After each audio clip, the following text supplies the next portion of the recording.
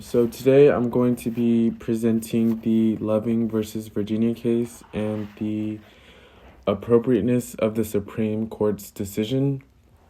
So a little bit of background of the couple. They decided to get married in Washington, D.C., where it was legalized and at the time, and then returned back to their hometown. So to begin, this is the couple, and that's a photo of them just chilling on the couch. As you can see, they're in love, and that is Mildred, a African American and Native American woman, and Richard Loving is her husband, and he is a American white man. So to begin, on July 11th, 1958, police broke into the newly wedded home of Richard and Mildred Loving. The newlyweds were just sleeping in their bedroom when police broke in, and their crime was being interracially married, because at the time in Virginia that was illegal, which doesn't seem fair or right at all. And after the couple were thrown in jail, they pleaded guilty of crimes at a hearing in a Virginia state court on January 1959. The couple pleaded guilty to violating sections 2058 of the Virginia State Code, which prevented white and colored couples from leaving the state to marry and returning. They were given a choice to leave for 25 years or to stay and to serve a sentence of 5 years, but they made a choice to leave. But because Virginia was their hometown, they decided to return and were arrested again.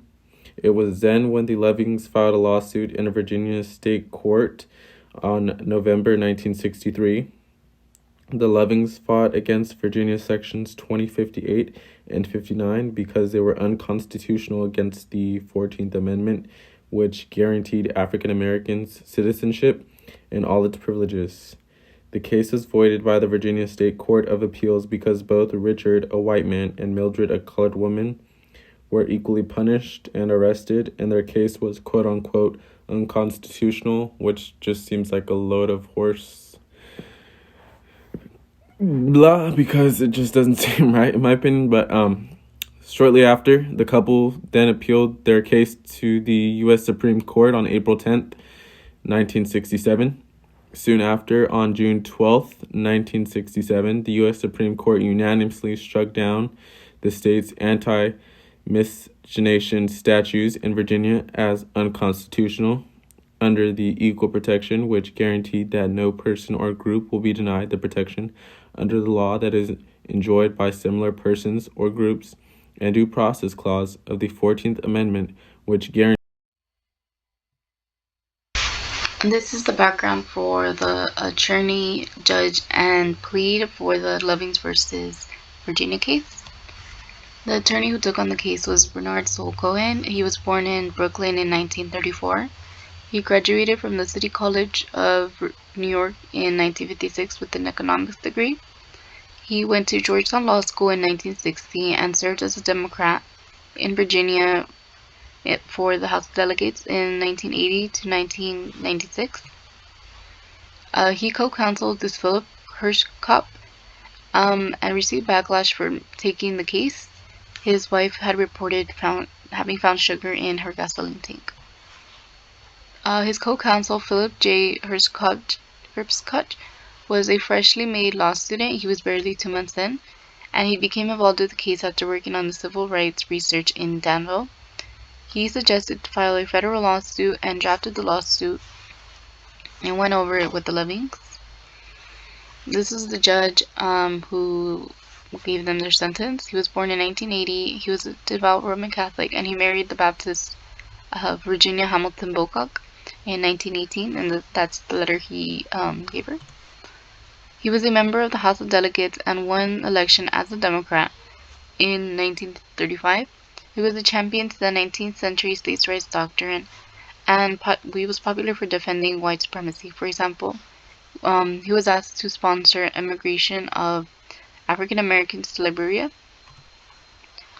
This is a quote he said. He said, Almighty God created the races white, black, yellow, Malay, and red, and he placed them on separate continents. The fact that he separated the races showed that he did not intend for the races to mix. And then this is the Supreme Court judge, Chief Justice Earl Warren. He was a Republican, but he was considered to be bipartisan. Um, he won over he won over Democratic, Republican, and Progressive parties. This is Mildred Jeter and Richard Loving.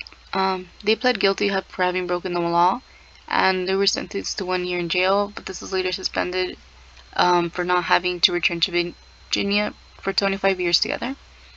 And then, according to Black Past, punishment for interracial marriage would have been no less or more than 5 years. And then this is my works cited. My name is Sandra Valdez, and for my part, I'm going to be talking about the purpose of the case and why it's racial segregation. So, for the first part, I'm going to talk about the purpose. I put that their purpose was to fight for their love, fight for their rights, and fight for their happiness. There were a couple that were really happy, and even though for them being together was seen as something bad for other people, they didn't care and they decided to fight for their love, rights, and happiness. I included this quote that says, I wasn't in anything concerned with civil rights. Our goal was to go back to Virginia by Loving. I included this quote because, like they said, their purpose wasn't like to make like a big act, or they just wanted to be happy and fight for what they wanted to do, but it was never intended for them to like make a big impact on civil rights and in marriage, since back then two different races getting married wasn't seen as a good thing. For the next part, this is why is the case racial segregation. They weren't allowed to get married because of their different race. This was something that was seen as bad back then. For second part, they weren't allowed to travel together, but they did. And at one point that they did travel together, they actually got arrested. And they also got arrested for being together. And that's when the police went into their house and they got arrested. I included these two images. The one on the top says black and whites together. There was a lot of protests and there was a lot of people that supported them, and there was a lot of people that actually wanted to change these rights for not just for them but for everyone. And then the bottom picture is also people protesting, but those were the people that were protesting against, because there was people that didn't think the same and didn't want things to change, and for that reason I included that picture. So, this case is relevant to the 14th Amendment because Virginia's interracial marriage law violated the Constitution. The 14th Amendment gave African Americans equal rights and citizenship in the United States and even to former slaves who were recently freed. You can't take away someone's life, liberty, and property. And Virginia kept marriages apart simply because of color. So, in conclusion, the married couple, Richard and Mildred Loving, were arrested and banned from the state of Virginia because of Virginia's anti-miscegenation laws. And then 5 years later, after they have been living in Washington, D.C., where interracial marriage was legal, they returned back to Virginia to visit family, but they were again arrested. And having have been tired of it, Mildred Loving decided to fight back and started a case, and that case made it to the Supreme Court. And that court unanimously voted to end the Virginia marriage ban. This case fought against segregation, and post-court, the remaining states in the United States that still had anti-miscegenation laws also ended them, which allowed interracial marriages to be legal across the whole country.